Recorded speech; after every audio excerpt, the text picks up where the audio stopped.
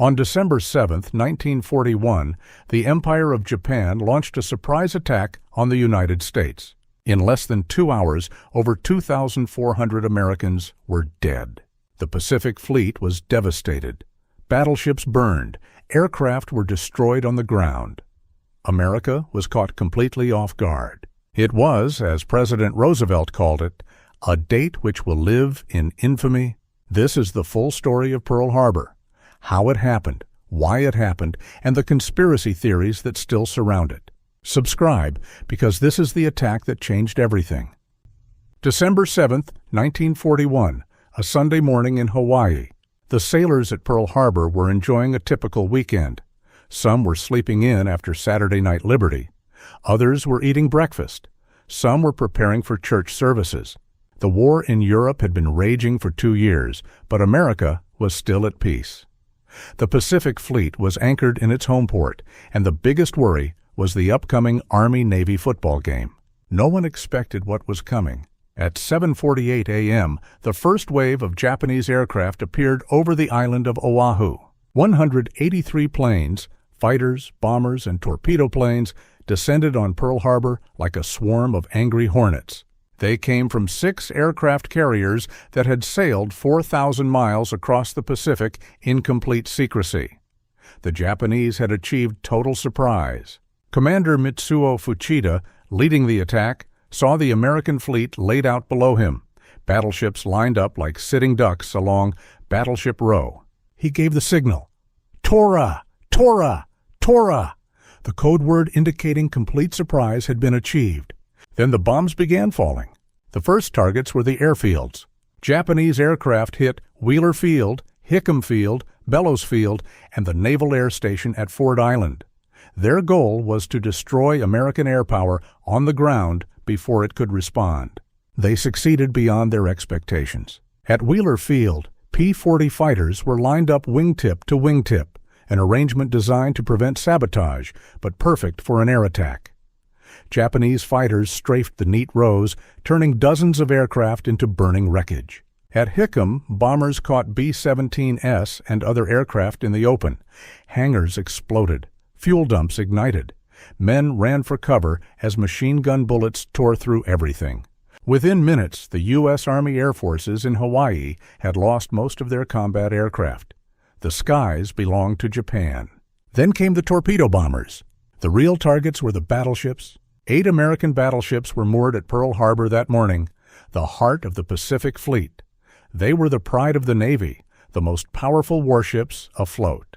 Japanese torpedo planes came in low over the water, dropping specially modified torpedoes designed for the shallow harbor. The USS Oklahoma was hit by multiple torpedoes on her port side. She began listing immediately. Within minutes, she had capsized, trapping hundreds of sailors inside her hull. Men pounded on the metal from inside, hoping to be rescued. Some were saved by rescue teams who cut through the hull with acetylene torches. Others drowned in the darkness. 429 men died aboard the Oklahoma, the second highest toll of any ship that day. The USS West Virginia was hit by 7 torpedoes and 2 bombs. She sank to the harbor bottom, but remained upright, allowing most of her crew to escape. The USS California was hit by 2 torpedoes and sank slowly over 3 days. The USS Nevada attempted to get underway, the only battleship to do so during the attack. But she was hit repeatedly and had to be beached to avoid sinking in the harbor channel. And then there was the Arizona. The USS Arizona was a Pennsylvania-class battleship commissioned in 1916. She carried a crew of over 1,500 men. At approximately 8:10 a.m., a modified 16-inch armor-piercing shell, dropped as a bomb from a high-altitude bomber, struck the Arizona near her forward turrets.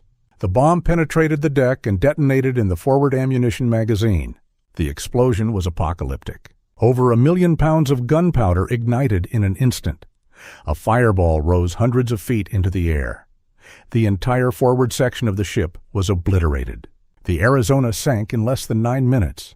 1,177 men died, nearly half of all American casualties that day. Most were killed instantly by the explosion. Others were trapped below decks as the ship went down. To this day, the Arizona remains at the bottom of Pearl Harbor. Her hull still leaks oil. Black tears, they're called, as if the ship is still weeping for her dead. A memorial now straddles her sunken remains. Over 1 million people visit each year. The attack lasted approximately 110 minutes. The first wave struck at 7:48 a.m. A second wave of 171 aircraft arrived at 8:54 a.m., targeting ships that had survived the first assault. By 9:45 a.m., it was over. The Japanese aircraft headed back to their carriers. Behind them, they left devastation. 21 ships were sunk or damaged. 188 aircraft were destroyed. 159 more aircraft were damaged. 2,403 Americans were dead. 1,178 more were wounded. It was the deadliest attack on American soil until September 11, 2001. The Japanese had achieved a stunning tactical victory, but they had made critical mistakes. First, they didn't attack the fuel storage facilities. Pearl Harbor held 4.5 million barrels of fuel oil, enough to power the Pacific Fleet, for months. The tank farms were completely unprotected. If the Japanese had destroyed the fuel supply, the Pacific Fleet would have been forced to retreat to the West Coast. The war would have been extended by months, perhaps years. Admiral Chester Nimitz, who took command after the attack, later said the fuel tanks were more important than the battleships. The Japanese ignored them. Second, they didn't attack the submarine base. American submarines would prove devastating to Japan's merchant shipping and naval forces throughout the war. The submarine pens at Pearl Harbor were untouched. Third, they didn't attack the repair facilities. Pearl Harbor's dry docks and machine shops were undamaged. They would be used to repair the damaged battleships and return them to service. Of the 8 battleships hit, 6 were eventually repaired and returned to the fleet. They participated in the final battles of the war, including the bombardment of the Japanese home islands. And fourth, most critically, the aircraft carriers weren't there. The USS Enterprise, USS Lexington, and USS Saratoga, America's 3 Pacific Fleet carriers, were all at sea when the attack occurred. Enterprise was returning from delivering aircraft to Wake Island. Lexington was ferrying planes to Midway. Saratoga was in San Diego. If the carriers had been in port, they would have been sunk, and the war in the Pacific would have looked very different. Instead, the carriers survived. And 6 months later, at the Battle of Midway, American carrier aircraft would destroy 4 Japanese carriers and turn the tide of the war. Admiral Yamamoto, who planned the Pearl Harbor attack, reportedly said afterward, "I fear all we have done is to awaken a sleeping giant and fill him with a terrible resolve." Whether he actually said these words is debated, but they captured the truth. Pearl Harbor united America as nothing else could have. Before December 7th, the country was deeply divided about entering the war. Isolationism was powerful. America First rallies drew huge crowds. Many Americans wanted nothing to do with Europe's war. After December 7th, the debate was over. On December 8th, President Franklin Roosevelt addressed Congress. His speech began with words that would echo through history. Yesterday, December 7th, 1941, a date which will live in infamy, the United States of America was suddenly and deliberately attacked by naval and air forces of the Empire of Japan. He asked Congress to declare war. The vote was 82-0 in the Senate and 388-1 in the House. The lone dissenting vote came from Representative Jeanette Rankin of Montana, a lifelong pacifist who had also voted against entering World War I.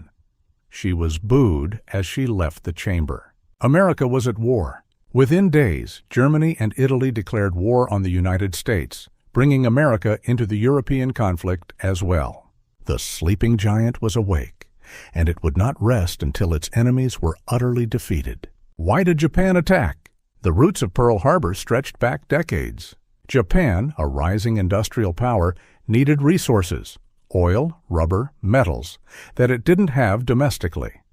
Its leaders looked to Southeast Asia, where European colonies held vast wealth.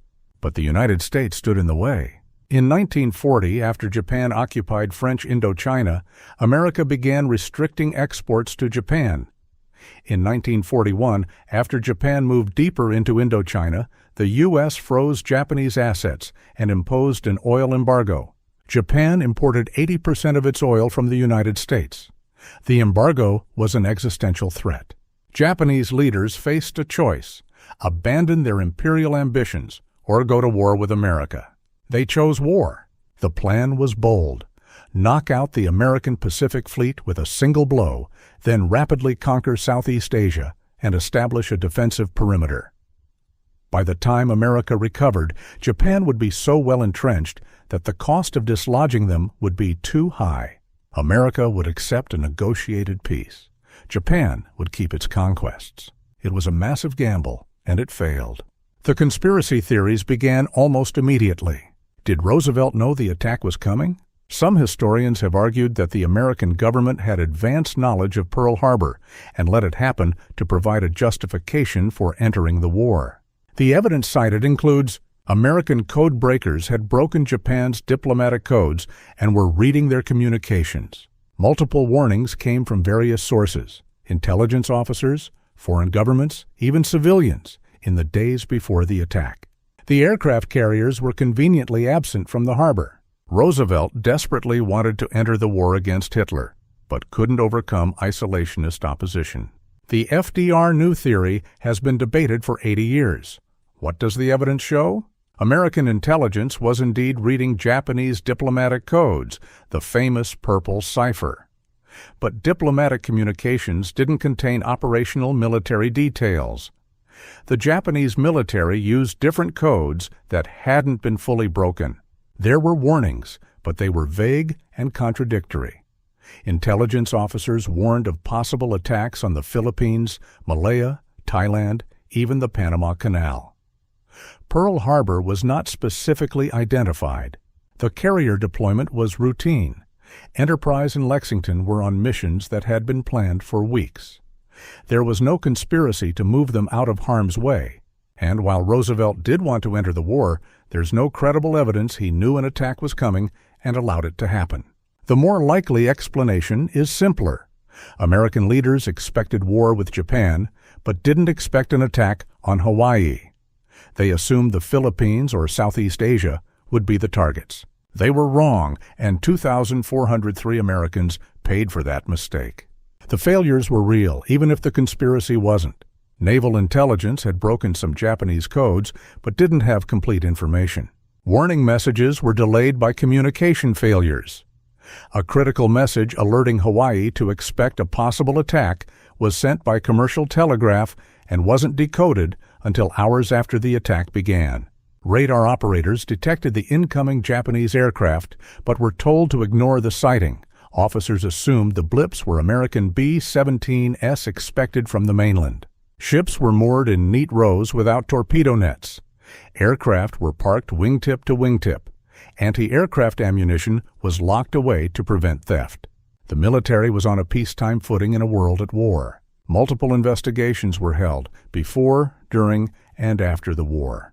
They found plenty of mistakes, but no conspiracy. The commanders at Pearl Harbor, Admiral Husband Kimmel and General Walter Short, were relieved of command. Both spent the rest of their lives trying to clear their names. In 1999, Congress passed a resolution stating that Kimmel and Short had performed their duties competently and professionally, but neither was formally exonerated.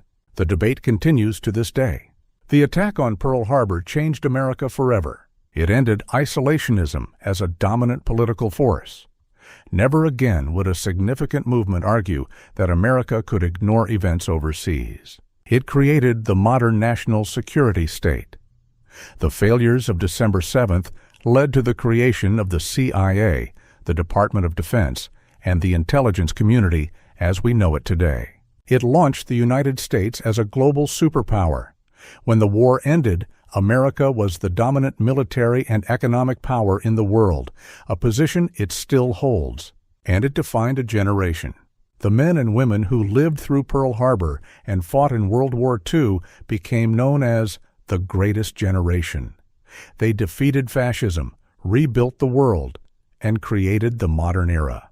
December 7, 1941, was the crucible that forged them. The survivors are almost gone now. In 1941, there were approximately 60,000 military personnel stationed at Pearl Harbor and the surrounding bases. Today, only a handful of survivors remain, men in their late 90s and early hundreds. Every year, fewer attend the anniversary ceremonies. Soon, there will be none. When the last survivor dies, Pearl Harbor will pass from living memory into history.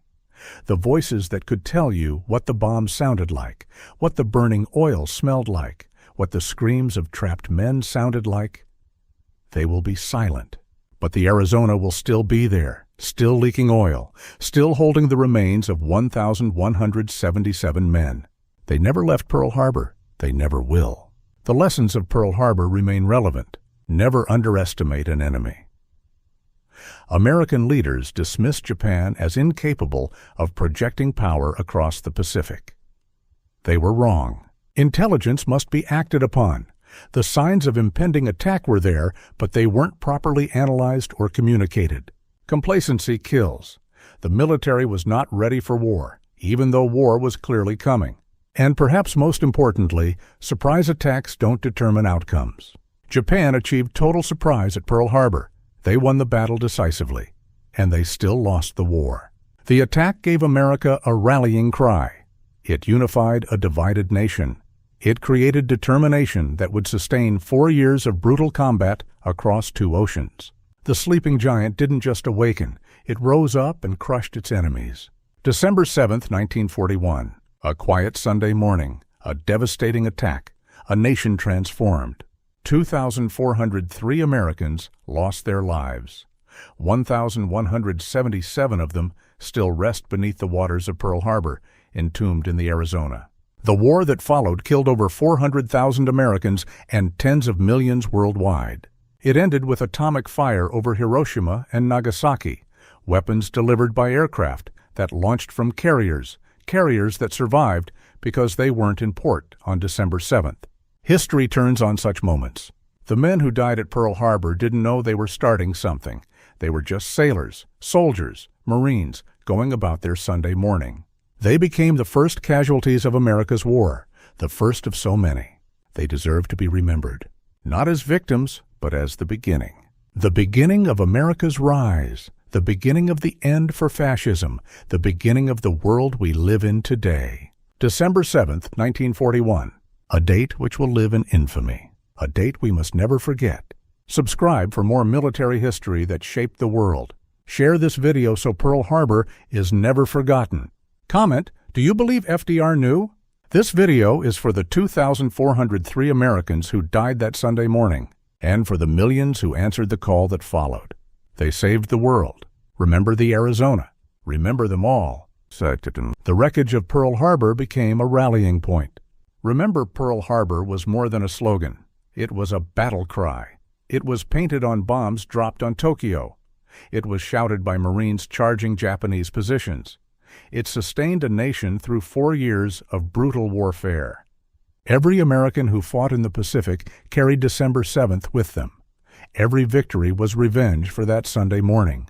When the USS Missouri steamed into Tokyo Bay on September 2, 1945, for the Japanese surrender ceremony, she was accompanied by survivors of Pearl Harbor. Men who had been bombed and burned 4 years earlier now watched their enemies submit. Among the dignitaries on the Missouri's deck was Admiral Chester Nimitz, who had taken command of the Pacific Fleet after the attack. He had rebuilt that shattered force into the most powerful navy in history. The Japanese signed the surrender documents. The war was over, and the Pacific Fleet had won. Pearl Harbor today is a place of pilgrimage. The USS Arizona Memorial floats above the sunken battleship, accessible only by boat. Over 1.5 million people visit each year. Americans, Japanese, people from around the world. Visitors stand in silence over the ship. They look down through the clear water at the rusted hull, at the gun turret still pointing toward a sky that attacked 80 years ago. Some drop flowers, some weep, some salute. and below them 1,177 men rest in their iron tomb. The Arizona has been leaking oil since 1941. About a quart per day seeps from her bunkers, rising to the surface in iridescent bubbles. The Park Service could pump the oil out, but they don't. The ship is still bleeding, they say. When the last drop of oil stops flowing, the Arizona will have finally died. Until then, she keeps her vigil. The final survivors are passing. Lou Conter, one of the last surviving crew members of the Arizona, died in April 2024 at age 102. He had been aboard when the bomb struck, and he spent the next 80 years honoring his shipmates. Ken Potts and Lonnie Cook, the last two crew members who survived the sinking, died within weeks of each other in 2024. Now there are none. The voices that could tell the story firsthand are silent. The men who felt the deck shudder beneath them, who smelled the burning oil, who swam through water thick with blood. They're gone. We have their words, recorded in interviews over the decades. We have their testimonies, preserved in archives. We have their memories, passed to children and grandchildren. But the living link to that day is broken. Pearl Harbor is now entirely history, and history can be forgotten. That's why the story must be told, again and again, to each generation, not to stoke hatred of Japan. That enemy became an ally, one of America's closest friends. Not to glorify war. Pearl Harbor shows the horror of war, the randomness of death, the cost of conflict. But to remember the 2,403, to honor their sacrifice, to understand how quickly peace can become war, how fast a Sunday morning can become hell on earth. December 7, 1941, changed America forever. The country that emerged from the war was not the country that existed on December 6th. It was more powerful, more confident, more engaged with the world. The bases at Pearl Harbor expanded. The Pacific Fleet grew mightier. America became the arsenal of democracy, the leader of the free world, the superpower that shaped the rest of the 20th century. All of that began with a disaster. All of that rose from the ashes of Battleship Row. The men who died at Pearl Harbor didn't choose to be martyrs. They were just doing their jobs, living their lives, when history chose them. They became the foundation of everything that followed. December 7, 1941. A quiet Sunday morning shattered by bombs. 2,403 lives lost in 2 hours. A nation awakened. A world transformed. Never forget.